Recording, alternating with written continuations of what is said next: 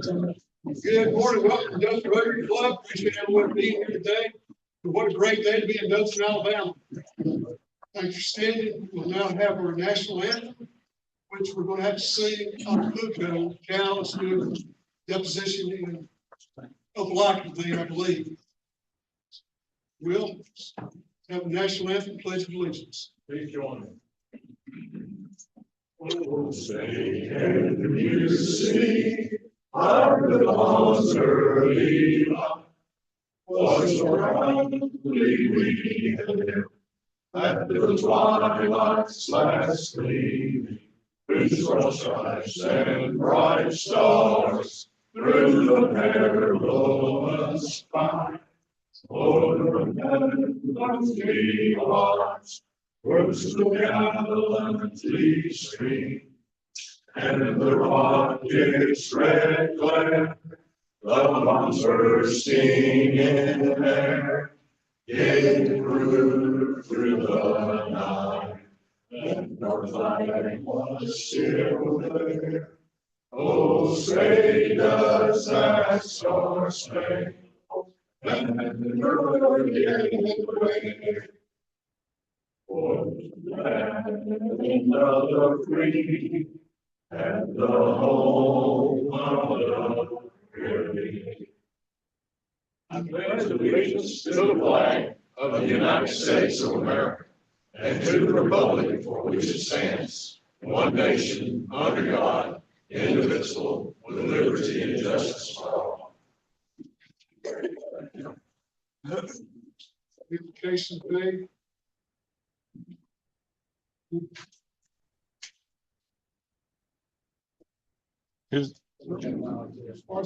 Oh.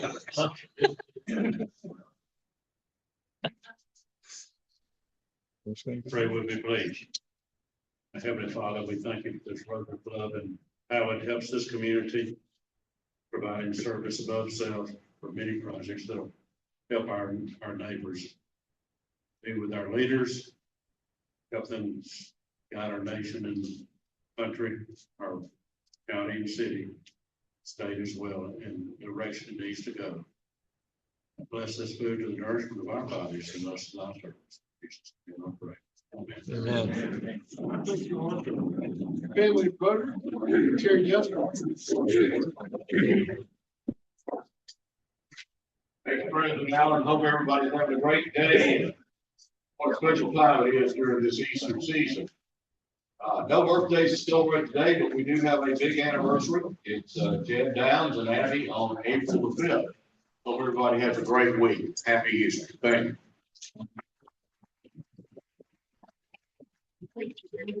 Next guest, Mr. Rotary.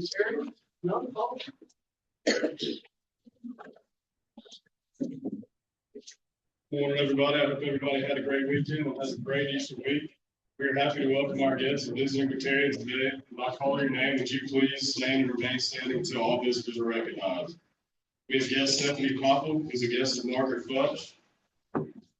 We have guests Noah McNeil and Asher McNeil, who are guests of Bruce McNeil.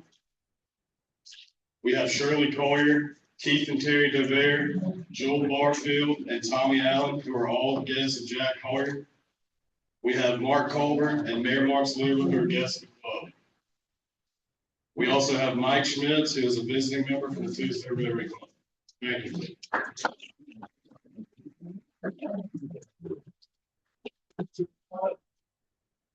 Camp Bass. Results.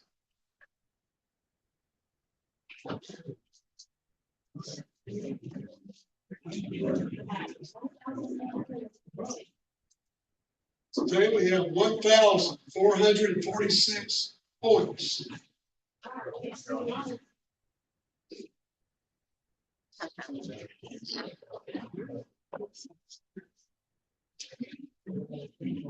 Today's winning number is 167. 167.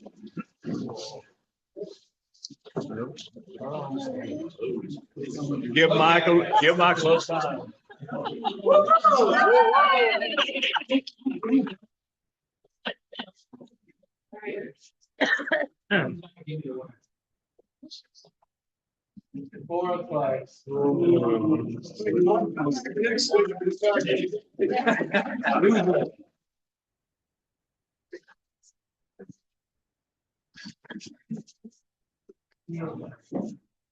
As you know, we're in the process for purple pink program.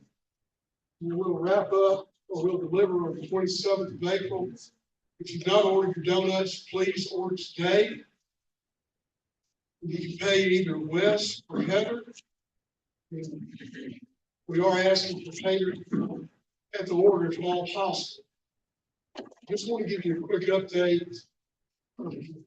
As of early on polio, as of early 2026, Rotary International seems its top priority mission to eradicate polio.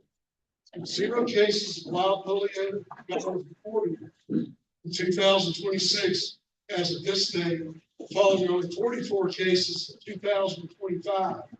The focus remains on Afghanistan and Pakistan, while intensive vaccination campaigns are still going on in Ethiopia and trying to prevent resurgence. Right now, as of March 2026, Rotarians supported Ethiopia's massive vaccination push for over 17 million children, following outbreaks elsewhere in Africa. The Rotary International raised over $2.1 billion and continues to work alongside the WHO, UNICEF, and Gates Foundation with major focus on strengthening immunization in areas affected by conflict. So, what we're doing and continue to do is a tremendous program. Thank you for everyone's participation. Right, we're going to announcements. Rick Riker, you'll come forward. I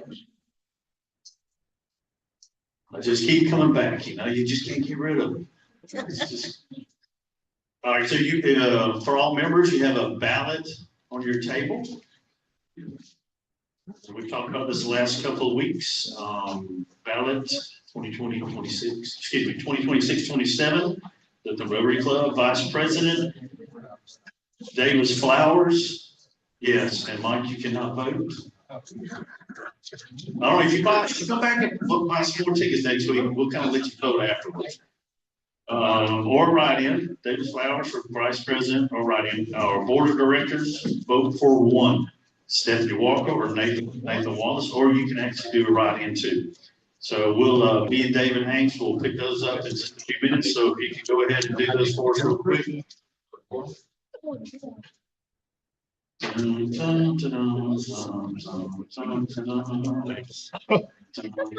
not very good at this.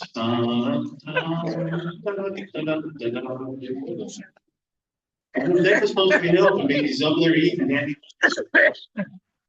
Okay, we're good. All right, we're gonna pick them up. Everybody voted?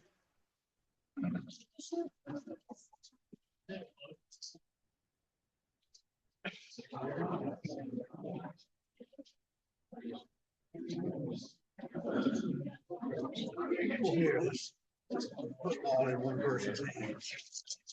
Are you picking up your watch? That's it. Get Rick. Oh, Walker's getting this right. Oh, okay. Let's not throw that. Walter's trying to talk. Give me the last one. Thank you, sir. Thank y'all. Glad you brought some gas. Thank you.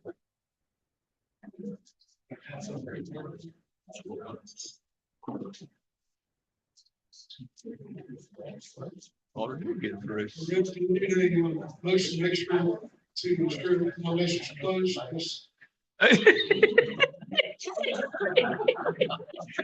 Yes. Just keep reeling it back in.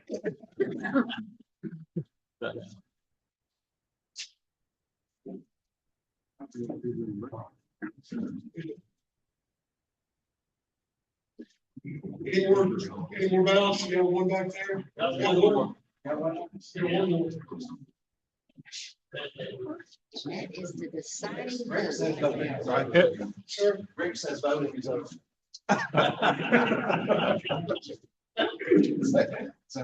thank you. Next order of business. I've received an invitation from the entire club, sent the entire club for a reception celebration, retirement celebration for David Hanks.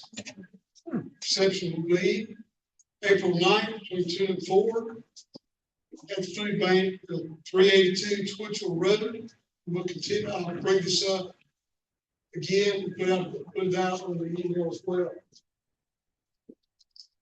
Also like to announce an exciting meeting coming up. We always enjoy having an off-site meeting. If you got one coming up on April 27th, we'll be meeting at Hudson Alpha. There's 12 noon sharp. We'll have lunch provided. It's very important we be there on time. We'll all have a tour of the facility. Hosted by, I believe, Dean will be hosting the tours. There will be lunch provided. But it will be 2 separate groups to facilitate the entire club. So the first group is touring. First group will be eating. Then we'll reverse. That way everyone's got the opportunity to have the tour. Judge, would you like to add anything else? That seems to be on point.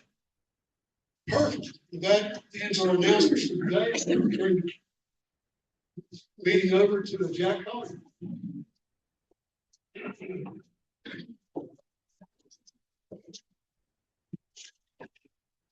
Thank you, Adam. It's been a while since I've had a program, and the last speaker I had, if y'all remember, I'm the only one at the club that never had a speaker. I had a speaker and he never showed up. And remember, we found him parked, waiting for his car to be repaired outside of Dothan. Our speaker today is a fellow Rotarian for 27 years. So he knows a little bit about Rotary Club. We had a problem scheduling all this because they were all in Honduras. He is a native of Huntsville. He went to Auburn University, has a mechanical engineering degree. Has spent 25 years running a successful construction company.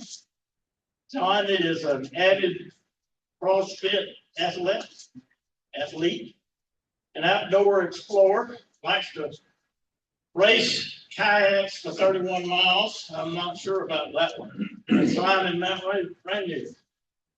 John leads a company of 348 influential CEOs working to make the community stronger, smarter, and better. I asked him to come and speak on that subject. And would y'all help me welcome John Adams?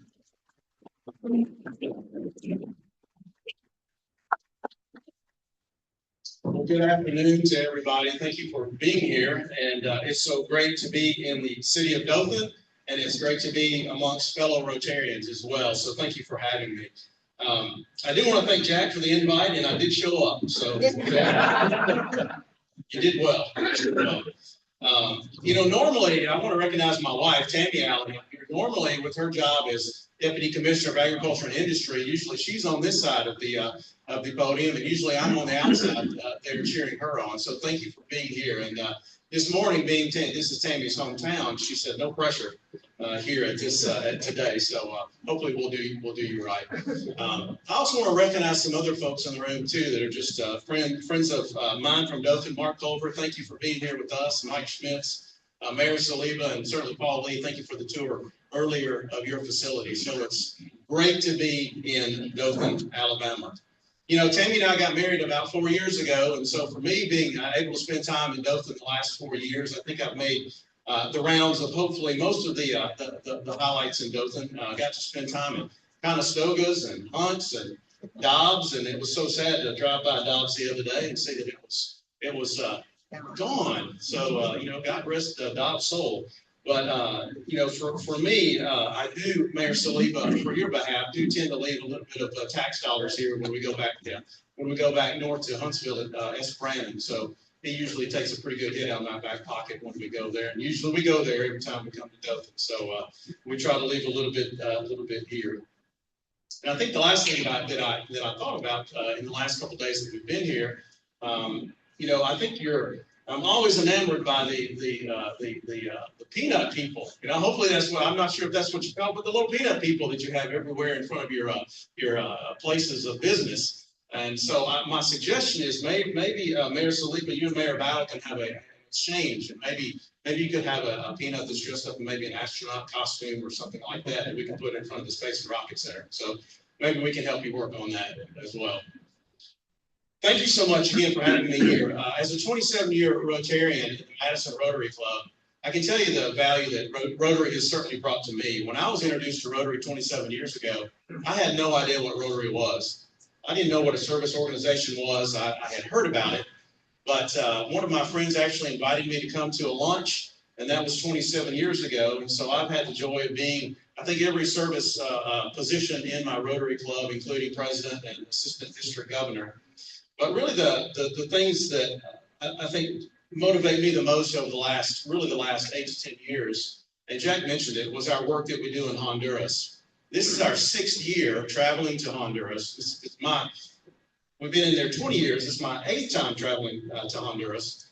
And so for us, and certainly for me, as you think about the good that Rotary can do in the world, the good that international service does in the world, the good that the Rotary Foundation does in the world, and a quick plug for the Rotary Foundation. If you're not a member of the Paul Harris Society, we really encourage you to be a member of the Paul Harris Society. Your money can go so much further when you donate to the foundation, and does such great work. It helps organizations and Rotary clubs like ours in the work that we do in Honduras. And so over the last 8 years, we've really moved towards how do we impact the people in southern Honduras on the Pacific Ocean. And so our international service project is we're trying to build a cataract surgery clinic in southern Honduras. And imagine Choluteca is where we work. Choluteca is about 100,000 people in southern Honduras, and they have 2 optometrists for 100,000 people. The need to cure blindness in southern Honduras is immense and vast. And so we believe almost a year away from starting a cataract surgery clinic, which is the #1 cause of blindness in southern Honduras. So you may have an active international services project and avenue of service for your club here, but if you don't, I would certainly welcome you to partner with our club as we deliver our surgery clinic to southern Honduras and really work to cure blindness in southern Honduras. So again, thank you for having me here as a guest of the Rotary Club, and Rotary in particular is a great organization. Great facility too as well that you have. So Jack asked me to come and talk about the organization that I represent called the Huntsville Committee of 100. And as I think about our organization and think about the work that we've done, I really want to tell you our history, why we were founded, what we do, what we've done over the course of the last 3 decades since we were founded, and then kind of the work that we're doing now and kind of the importance that we have in the local space of where we work. So our organization is a membership-based organization. It's a 501c6. 30 years ago in 1995, we had 8 founders of the Committee 100. Very diverse individuals. We had a nurseryman, we had an accountant, attorney, developer. We had a lot of different people around the table, and they said, you know, in the city of Huntsville right now, in the early 90s and 95, we have non-collaborative leaders that are in this space, in this elected space of mayor and council. We have non-collaborative communities that are next door to us in the city of Madison that don't work together, that don't collaborate together. And we've got to get visionary, business-oriented leaders into elected public office so that we can really be business-led and business-focused and business-forward in our thinking. The other part was we've got to be really engaged as a business community in public education. So public education in the city of Huntsville, Madison County looks like 56,000 kids, students that go to school every day in our community, 3,300 teachers. So we've got to be able to plug in from a business community standpoint into public education. And then the third thing that they talked about 30 years ago was how do we set a vision for the community And how do we set a vision for long-term economic development and visioning for the city of Huntsville and Huntsville-Madison County at large? And as many of you all know that have businesses or ran businesses, it's hard to really look at the horizon, and it's hard to set these long-term goals. It's hard to strategic plan. And these community building activities and things that go on are really long-term projects. They don't happen overnight. And a big congratulations, we were able to go to the Innovation Center earlier today. And what an incredible asset to your community. What an incredible opportunity for the city of Dothan and quite frankly, the entire region here. Just an incredible opportunity. But I know that idea didn't start overnight. And as you work towards that, these community building activities take a long time. So 30 years ago, that's what our founders said we needed to work on. High quality public education, long-term economic development and visioning for the community, and then cooperative local government. And over the course of the last 30 years, we've been diligently working in that space. So as Jack mentioned, we are called the Committee 100. That's what they named us in 1995. We actually crossed that mark in May of 2002. So we are hover around 350 members. Today, we've decided not to continue to rebrand after we continue to grow in the Committee 100. But for us, we've had a lot of different inflection points. And some of those that I want to talk about to kind of get a picture of what we actually do as an organization.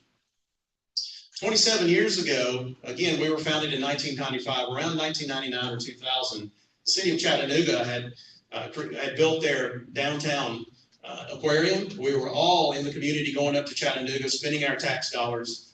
And we always came back on that drive back to Huntsville and we asked the question, well, why can't we have something like this? Why can't we have a vibrant, thriving downtown, an activated downtown where you want to spend your money and stay for a while?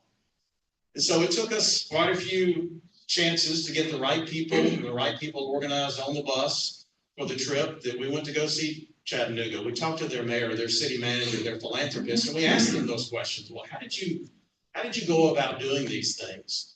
So over the course of the first 2 or 3 years in early 2000s, we started to pull together a plan of how we wanted to revitalize downtown and what that would look like.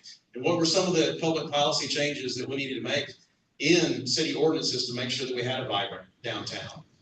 Well, part of that was making sure we've got our downtown business owners involved in understanding the opportunities to have more people downtown. That proceeded into Committee 100 creating a public-private partnership with the city of Huntsville called Big Spring Partners, where we really used public-private dollars to invest in the downtown and invest in vibrancy of spots and places downtown to really see that rebirth in our downtown, which ultimately turned into Downtown Huntsville, Inc. And over 10 years ago, which is very similar for the work that we do. We create an idea, we seed it with some money and influence. We work hard and diligently to create entities that can support downtown. For instance, in this case, downtown development, Downtown Huntsville, Inc. So when they stood up, Committee 100 stood back. We let Downtown Huntsville, Inc. do what they do. And so if you've had the chance to be in Huntsville in our downtown, you can see it's a very vibrant, growing downtown. It's fun to be there, a lot of activities downtown, and really has created a very healthy core for your community, which was one of the goals, creating a very healthy core. And so that's one of those inflection points. I would say some of the others are back about 2008, 2007, 2008, we knew that we had young professionals that were leaving our community at a pace of around 12 to 14% in that 22 to 35 age range every single year.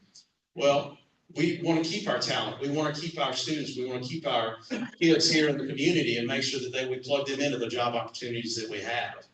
So over 20 years ago, we founded a number of different young professional programs in the community. Our professional program is, again, 20 years old this year. We have about 60 young professionals, 22 to 40 years old, that are part of our community, part of our Committee 100. They're part of boards and commissions and activities within the entire community. So when we try to place individuals on appointed boards and committees within the county commission or within the city of Huntsville, we really look for that diversity of age as well, so that there is a bigger perspective out there. And so we couldn't be prouder of the work that we do with our Committee 100 leaders and young professionals. And I will tell you that these young professionals that we have are incredible, stellar, young folks. I've said many a time when we have the openings in the fall of the young professional program, and we have about 6 or 8 slots available. When you look at these folks' resumes, I am pretty sure that I would not have made the cut to be a young professional in the organization. So we're certainly very excited about the work that we do there. But all of this work really takes that long-term strategic planning and long-term thinking.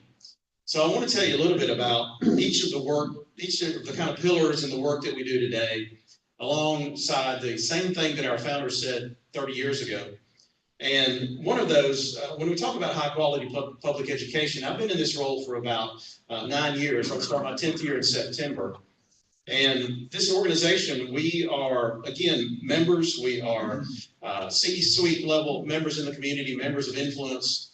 And I say this a lot. We operate in the margins of the community. We operate in those areas where it takes vision and it takes hard work and it takes a long time finding the right people to solve some of these big challenges for your community. And I tell some of our new members all the time, if you think we're going to solve tomorrow's problems, you're probably going to be a little disappointed in our organization, because we work on tomorrow's problems plus 5 and 10 years down the road. So the work that we do, and even in my mind today in our organization, my mind's already thinking about 2030 and 2032. What does that next generation and next decade look like within our community? So it's very important for us to keep our eye on that long-term ball. We work with chambers of commerce. We work with our elected leadership. They're all of our friends. But again, we work really in some of those spaces that are a challenge in the community. So one of those I want to talk about is high-quality public education. When I started this role, somebody asked me in 2017, they said, well, what does that really mean, high-quality public education? What do you mean by, what does the Committee of 100 do when we talk about engaging in public education? And I look back at them, and I've been a member of the Committee 100 since 2002, and again stepped into this CEO role in 2017. And my answer was, that's a pretty good question. And so I started to go out and ask our leaders in the education space what some of their needs were. And I'll never forget, about 8 years ago, I had a breakfast with the then superintendent, Dr. Matt Aiken, and I was talking with him over this breakfast, and I said, what can the Committee of 100 do to really impact high-quality public education in Huntsville City Schools? And he was very quick to respond, and he said, you all need to invest in National Board Certified Teachers.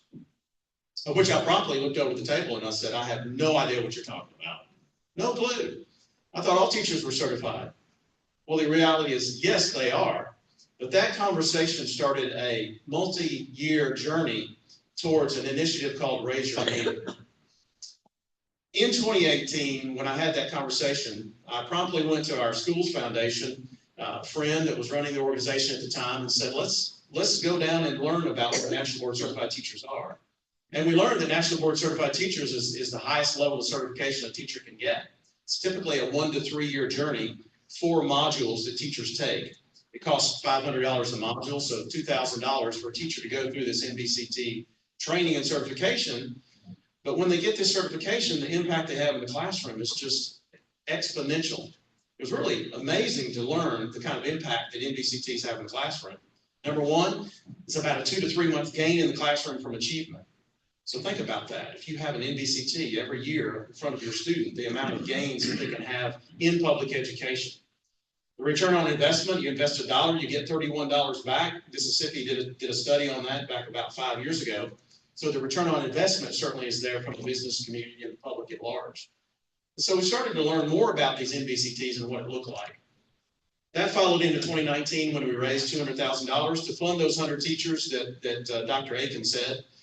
We raised that $200,000, and then a little thing called COVID hit. And that changed the trajectory of the world, really. But for us, it really gave us a stopping point, a hold point that said, we have 3,300 teachers in Huntsville, Madison County, and our 3 school systems. We just funded 100 teachers to go through the certification process. Did we really make a difference? 100 teachers out of 3,300? And the answer is no, but what would? And so we took that next year in 2020 into 2021, and we asked ourselves, what would really make a difference in public education, investing in National Board Certified Teachers? So we looked at all of our peer MSA group cities. We looked at Austin, Texas. We looked at Raleigh-Durham, and we came up that, Raleigh-Durham, as far as in the country of comparable MSAs, had the highest concentration of NBCTs in the country at 26%. So we did a back of the paper napkin math, and we said, what's going to make us at 27%? And the answer was 500 new National Board Certified Teachers. $2,000 a teacher, That's $1 million funding goal to get these teachers through. And so in 2021, we launched out on an effort to raise $1 million to fund 500 new National Board Certified teachers in our 3 school systems. And I can tell you that a great day at the end of August last year, we did raise that money. And to date, we've increased our density in NBCTs over 57% in our 3 school systems in Huntsville, Madison County. So when we have that density, we'll be able to claim the highest concentration in the country. So when people ask us about the kind of work that we do and what does high quality public education mean to us, to the business community, that's the kind of high level impact that you can have when you really set a long-term vision, you set a long-term perspective, and you have a long-term view of what true achievement and true impact can be. So we're very excited to have that those funds behind us in the rearview mirror, and now we're helping students, helping teachers go through that certification process and make sure the pipeline is there. But the impact in the classroom is going to be seen for generations to come in front of those teachers in Huntsville, Madison, and Madison County schools. So very excited about that. But that's a really great example of the kind of bigger long-term work that we do as the Huntsville Committee 100. The second one that I want to talk about is our second pillar, long-term economic development and visioning. And in particular, I want to talk about 11 years ago in one of our annual meetings, one of our members stood up and said, why can't the region work better together? And in the region at the time, we defined as Huntsville, really Limestone, Madison, Morgan County. So 3 counties worth is really what we talked about in the region 11, 12 years ago. So around 2014-15, we launched out into the region and we said, hey, does the business community really want to work collaboratively together? Because you live and you die as a region, and you live and die with collaboration. And those that collaborate better are able to articulate their vision better. So that really was the goal of an entity we created called Launch Regional Partnership back in 2015. Launch works in that space in the region of entrepreneurship, land use planning and infrastructure, and entrepreneurship and workforce. And so for Launch, when you think about all those different legs of Launch's mission, they really are a regional conversation. The workforce is drawn from the region. Entrepreneurs are everywhere. Entrepreneurs, there's probably many of you in the room that are entrepreneurs. I built houses for 20, 25 years, and I was telling with somebody earlier today, when you think about entrepreneurs, you think about the risk that entrepreneurs take. The reality is, when you're building a house, you build a house with over 235 individual people that actually build that house. And you have sheetrockers, and you have electricians and plumbers and framers, and on each one of those little sub-units are entrepreneurs in and of themselves. So I applaud the entrepreneurs in the room, and again, applaud your innovation center, which is going to be just an incredible hotbed for entrepreneurial activity. But Launch works in that space of regional entrepreneurship and again, workforce and land use planning. When we think about the challenges, certainly in North Alabama, when it comes to infrastructure, growth, transportation, we have our friends in Decatur that want another bridge across the river, which is not a small task. We have a very busy intersection in Huntsville on I-565 and 231, which is again about a $200 to $300 million question of how do we solve that interchange challenge. The reality is we've got to work better together as a region. And so Launch Regional Partnership, that we really had that seed of an idea. We started the organization. Now it's a standalone 501c3 with an interim CEO that we hope is going to be the real CEO here in a few months. We really want to get that interim tagline off of his nameplate. But Launch is doing an incredible job of connecting the region. And right now, from over the last 10 years, we've grown from 3 counties to 13 counties. So pretty much North Alabama is encompassed within Launch's regional footprint. And quite frankly, the goal is we're not driving economic development, but we're working on areas that drive economic development. And Launch is really working towards how does those 13 counties in North Alabama speak as one voice, talk as one voice, set priorities as one, and really be able to articulate that, not only certainly in North Alabama, but to our friends to the north in Washington, and certainly to our friends in Montgomery as well. And so we're doing great work with Launch. The other long-term economic development piece is a little bit closer to home in Huntsville. About 5 years ago, we knew that we had certain areas in our community that really needed to have a focus, not only just on business development, but certainly a focus on public policy and other challenges that community faced in North Huntsville in particular. So we started to work with the community and set goals and align ourselves with the community. And we finally found that, there is an area that I believe that we could work with in the Huntsville Committee 100 type work that we do in our business organizations in the room. And it's really a opportunity to put our people to work that are in our backyard. In the state of Alabama now, we have a tremendous opportunity to put more people into the workforce, out of their houses, back into the workforce. We have got incredibly low unemployment, certainly in the state. But one of the areas of opportunity is the labor force participation rate. How do we get more people into the workforce? So when you think about Alabama's numbers, we're 5th, 6th worst in the nation in labor force participation. And so for us locally, we're really starting to put some ideas around how do we make sure that we have people that are in our backyard that have the skills, have the opportunity, have the chance and ability to work, but they just don't know how to get to the jobs of today. So the work we did about 5 or 6 years ago really informed the work we're doing today.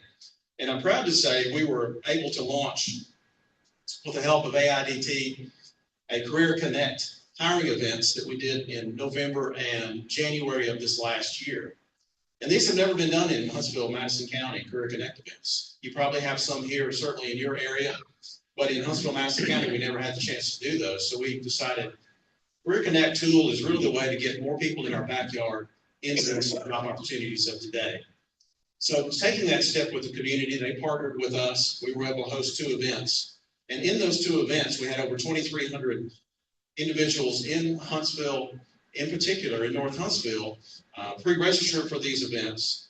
This last event, we had 563 individuals that showed up to the hiring event, had an opportunity at two interviews in that session. And here's the really interesting part about some of those numbers. 59% of those 563 people said that they weren't even in the workforce. So when we talk about getting people off the sidelines and into the workforce, there are tools out there that you can deploy when you partner with the community to really get people off the sidelines and into this job opportunities of today. It's very exciting work. I think it's going to make a difference. We're going to do another couple this year, and then we're going to try to scale that up. And again, as one of those areas that I've talked to you about before, Downtown Huntsville Link launch, we like to create some ideas, seed some ideas, run down the road with these ideas, give it a little influence, a little money, see if it's going to work and take hold. And we believe that certainly Career Connect in our community is going to be that incredible tool to be able to do that. And the last one I'm going to leave you with is probably one of the more important ones that we believe is certainly for our community at large, but cooperative local government. 30 years ago, again, in the city of Huntsville and Madison County, we had leaders that were not collaborative. They weren't cooperative. They weren't even talking to one another. There was outright distrust and for leaders in our community. And so our organization set out to change that. And so our vision is to have business-oriented leaders that are elected to public office. In our founding documents in 1995, they said, we are an organization that's nonpartisan. We don't care what flavor you are, but we do believe in visionary business-oriented leaders that serve in office that have a collaborative spirit. And I will tell you, our first election in 1996, that we engaged in 32 races locally, was not successful at all. In fact, we lost big time in 1996. But I think we learned from that, and we learned really about what a pipeline of candidates looks like. And for all of those in the room, and if you can just raise your hand, I want to give you a shout out. If you've ever been in elected public office, could you just raise your hand? I know we've got quite a handful, all of you. I personally want to thank you for your public service. Thank you for your commitment. It is a sacrifice to serve in public office. My thanks to you all that have served and are serving certainly in that role. And we recognize that. We recognize that as a business group, as a business entity.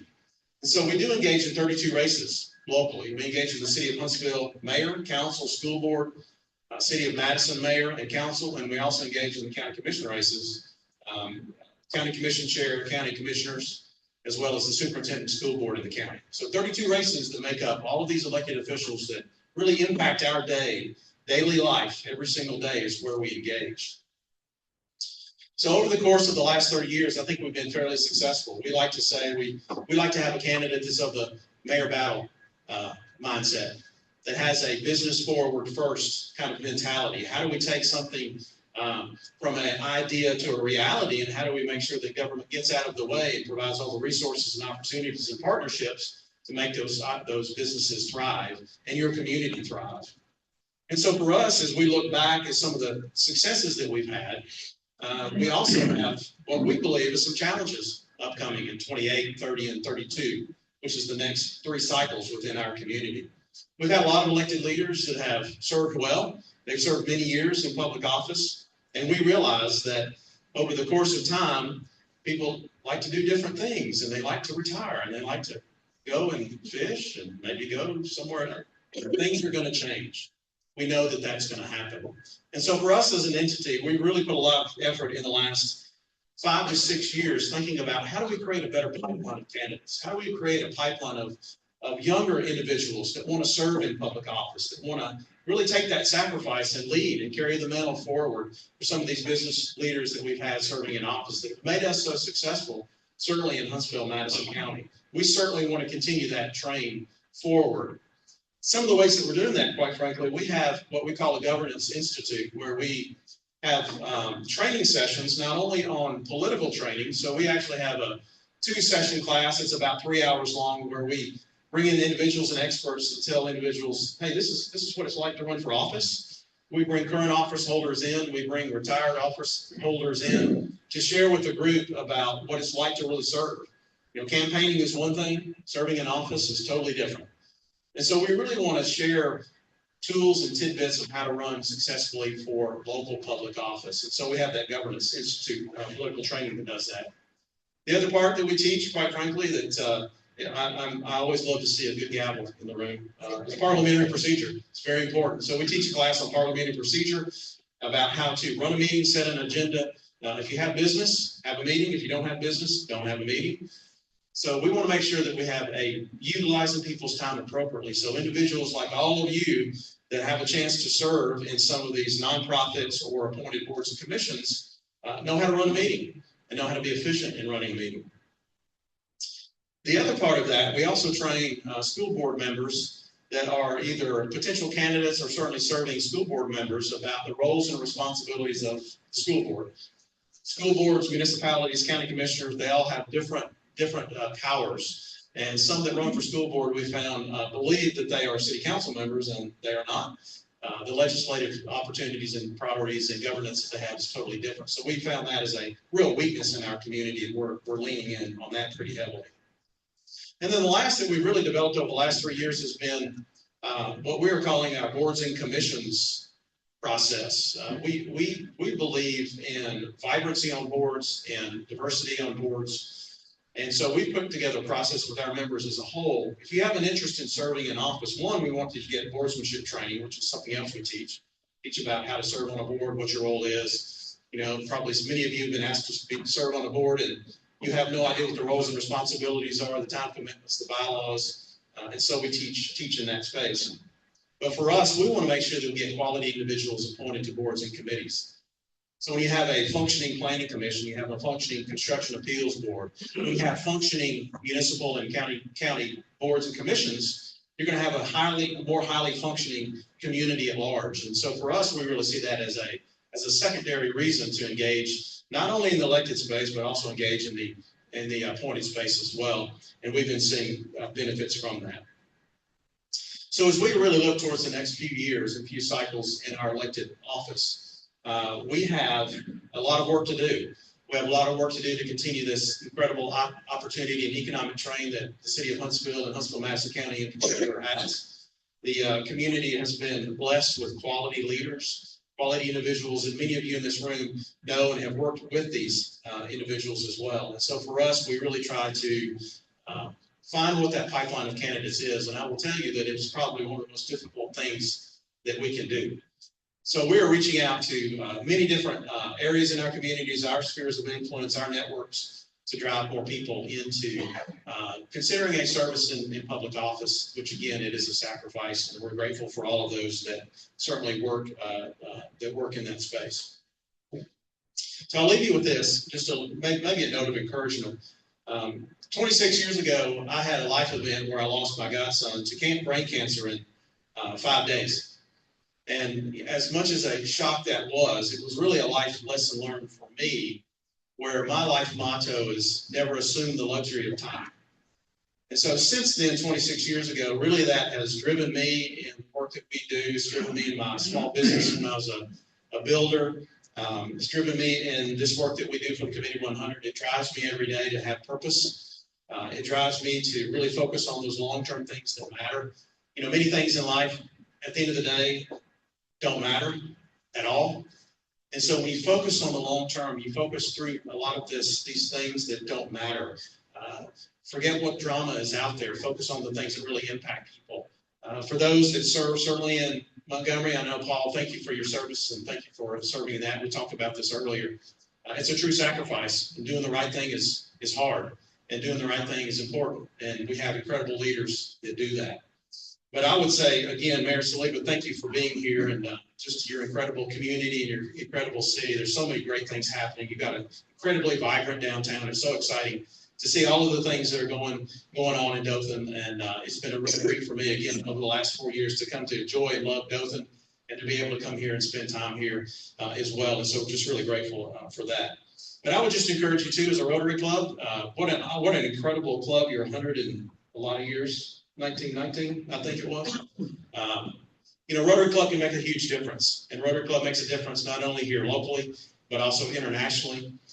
Rotary Club is the club of this world, quite frankly, that is making a huge difference. When we talk about Polio Plus, I mean, think about the amount of dollars that Rotary has raised to impact polio. It's incredible, the work that Rotary does. So I would just encourage you again, as leaders that are serving in this community, volunteer leaders, elected leaders, you're creating and you're continuing to create an incredible community that's vibrant, that has incredible opportunity. The Innovation Center, again, is just incredible. I think you all have an opportunity to visit there. I would highly encourage you all to clear your calendar and go see that Innovation Center. It's just an amazing asset that you have for this community. But again, thank you for having me. I'm happy to answer questions, or we can talk after the event as well. But thank you for your time. Thank you for having me. I appreciate it.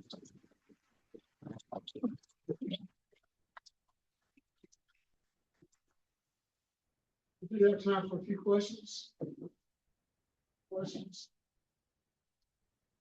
Okay. Paul, one question in the back. Matt McCutcheon, he's retiring. Who's taking his place on the commission of the county? Rex Vaughn. So our county commission chair, as I mentioned, we're going to have a lot of transitions in leadership, and Matt McCutcheon is just an incredible human being, a great person. We've been fortunate to have him as our county chairman, but he did retire. He has some health issues that he's working with that he's got to take care of his priority, and Rex Vaughn has stepped in that role. I think he had his official swearing in last Friday, I believe, or 3 days ago. But he has hit the ground running, and he is trying to figure it all out. But he's a great man as well, and great leader, and we're really thrilled to have him at the top of the ticket there. Thank you. And I have one gift for you, club. This is a banner from our Madison Rotary Club. So, Mr. President, thank you for having me, and I hope you might invite me back someday. You're welcome. Thank you so much. I appreciate it.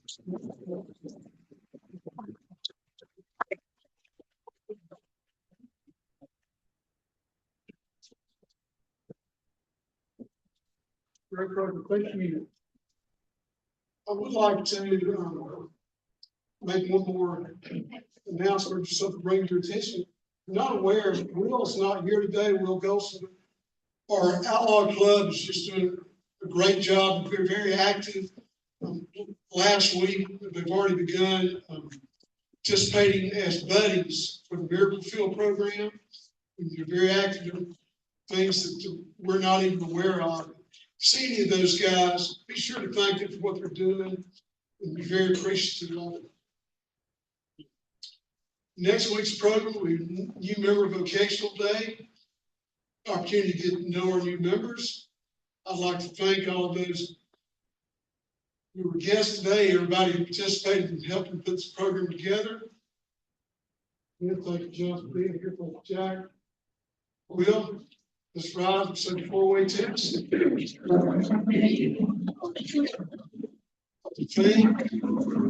say, and do.